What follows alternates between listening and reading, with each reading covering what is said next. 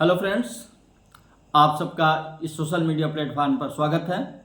Most welcome in my social media platform knowledge hub.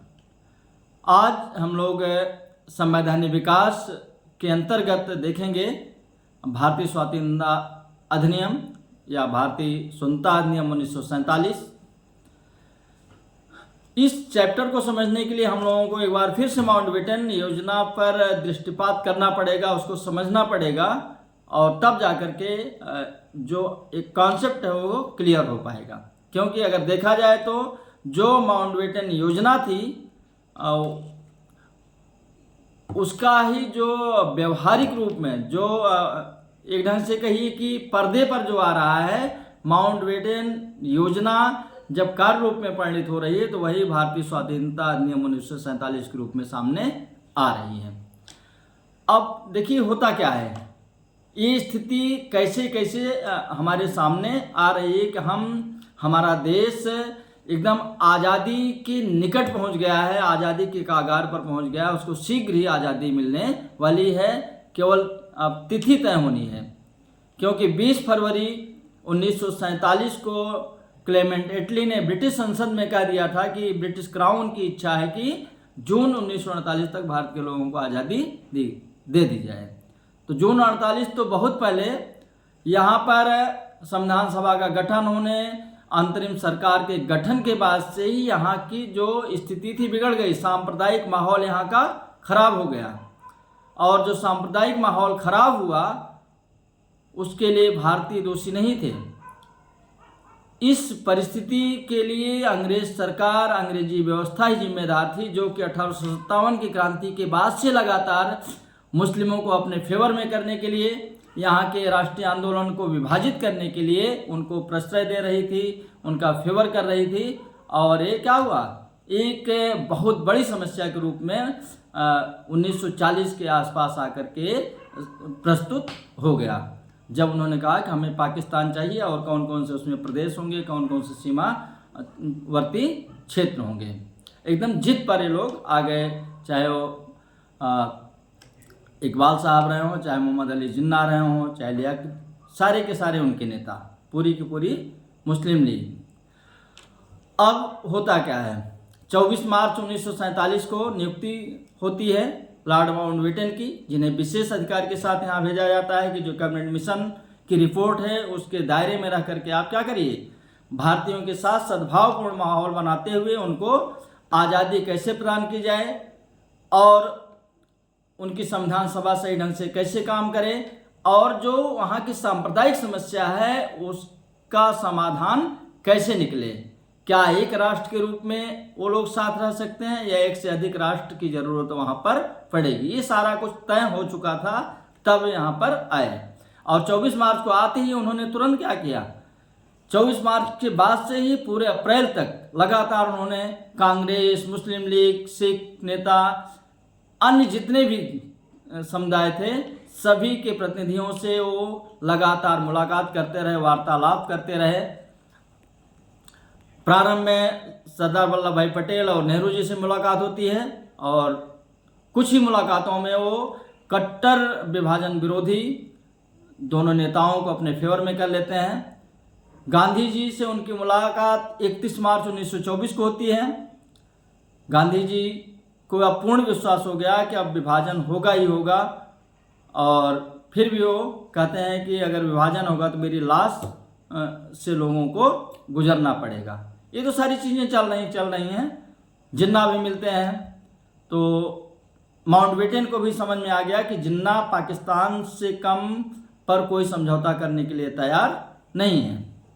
और जब 9 दिसंबर 1946 को संविधान सभा की बैठक हुई थी तो उसका बहिष्कार लीग ने किया था और उसके तुरंत बाद भारत के कुछ क्षेत्रों में जो दंगे हुए, बंगाल उसमें सबसे टॉप पर था, क्योंकि वहाँ सोहरावर्दी जो मुख्यमंत्री थे उन्होंने पूरी सह उसको दी थी। और इसी चीज़ को लेकर के प्रयास ये हुआ कि मिल बैठ करके इसका एक सामंजस्यपूर्ण तरीके से एक कोई डिसीजन ले लिया जाए, लेकिन हो नहीं पाया। और अंत में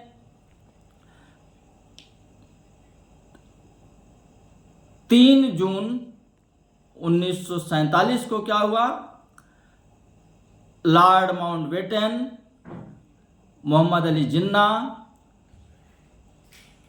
जवाहरलाल नेहरू और रक्षा मंत्री बलदेव सिंह, जो पूरी योजना तैयार की थी माउंटबेटन ने, जो ड्राफ्टिंग की थी, उसको लेकर के इन्होंने रेडियो पर अपने वक्तव्य को प्रसारित किया 4 लोगों ने।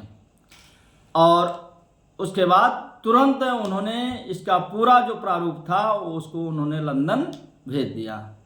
और ब्रिटिश संसद में 3 जुलाई को जब ये सारी चीज़ें वहाँ पर पहुँच गई तो 4 जुलाई को एक बिल वहाँ पर पेश किया जाता है, कानून बनाने के लिए एक प्रस्ताव वहाँ पर पेश किया जाता है।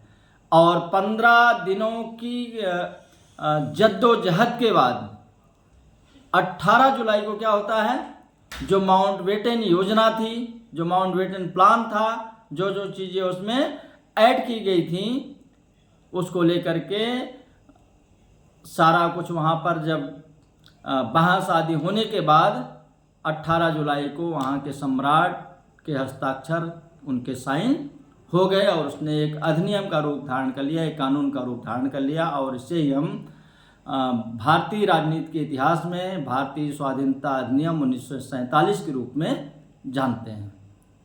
ये चीज़ें हुई। थोड़ा सा और अलग हट करके देखिए, शुरुआत में अंग्रेजों ने क्या बनाया, क्या नीति अपनाई, डिवाइड एंड रूल, बांटो और शासन करो। और इसके तहत उन्होंने 190 साल तक यहाँ पर शासन किया।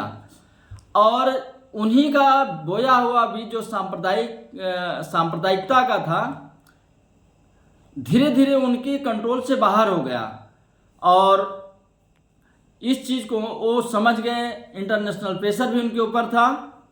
और लास्ट में जाकर के क्लेमेंट एटली जो लेबर पार्टी थी, उसने अपनी नीति बदल दी। अब उसने नीति क्या बदली कि जो भारत के लोग आपस में लड़ रहे हैं, सांप्रदायिक दंगे हो रहे हैं, इनको आप ऐसे ही छोड़ दीजिए, इनको आज़ादी दे दीजिए, अपना ये कटे मरें और ये लोग शासन कर ही नहीं पाएंगे। और क्या होगा, छिन्न भिन्न हो जाएंगे, भारत देशी रियासतें अलग अलग हो जाएंगी, भारत पाकिस्तान अलग, ये मंशा थी उन लोगों की।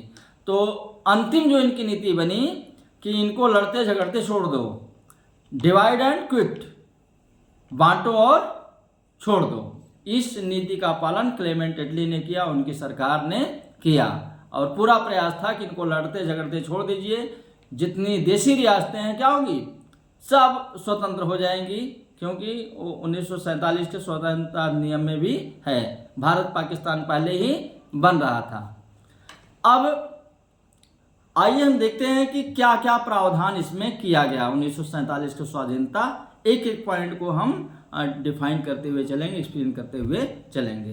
देखिए, पहला था कि 15 अगस्त 1947 को भारत और पाकिस्तान नामक 2 स्वतंत्र राष्ट्र अस्तित्व में आ जाएंगे और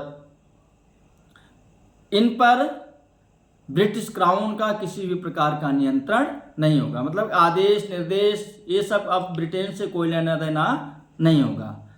दूसरी चीज, संविधान सभा जो निर्मित हुई, पहले भारत की संविधान सभा थी और आज़ादी के बाद पाकिस्तान के जो संविधान सभा के सदस्य थे वो पाकिस्तान संविधान सभा सदस्य हो गए। तो दोनों संविधान सभा संस्थाएं क्या होंगी, स्वतंत्र होंगी।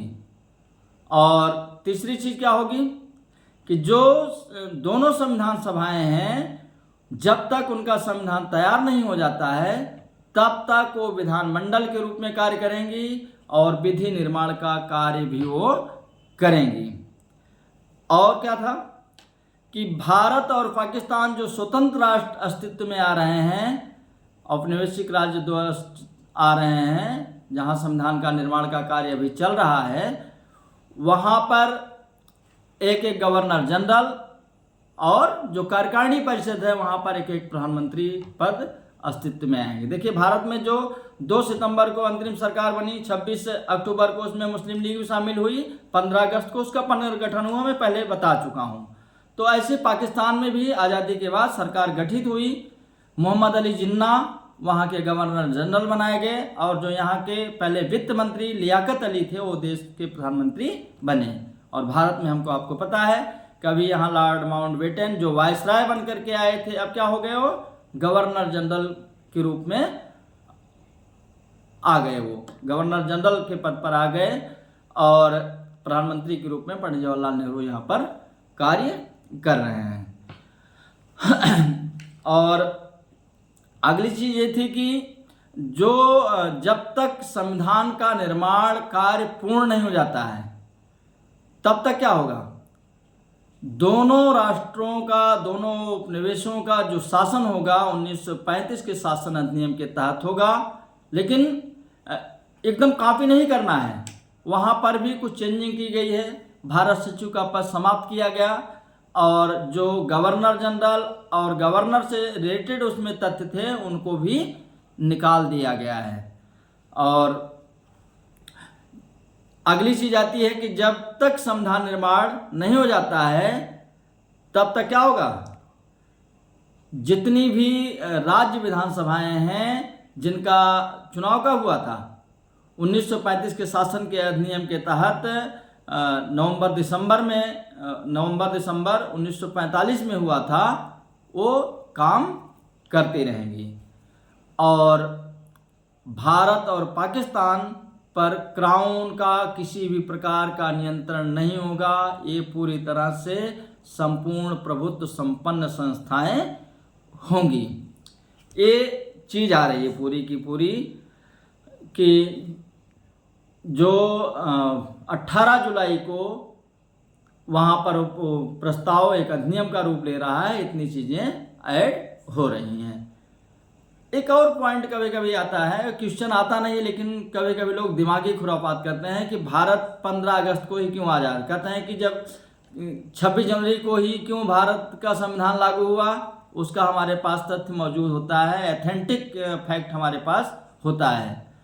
जब कहते हैं कि 15 अगस्त को ही क्यों आज़ाद हुआ तो इसका बहुत व्यक्तिगत कारण आता है। एक तो जो कहीं से मिलता है कि अंग्रेज बड़े रूढ़िवादी होते हैं और वो उनके हाथ से उपनिवेश जा रहा था, तो 14 अगस्त की आधी रात को जापान ने सरेंडर किया था और इसीलिए उन लोगों ने इस डेट को चुना। तो ये बहुत एथेंटिक नहीं है, लोग अपने अपने ढंग से इसको डिफाइन करते हैं।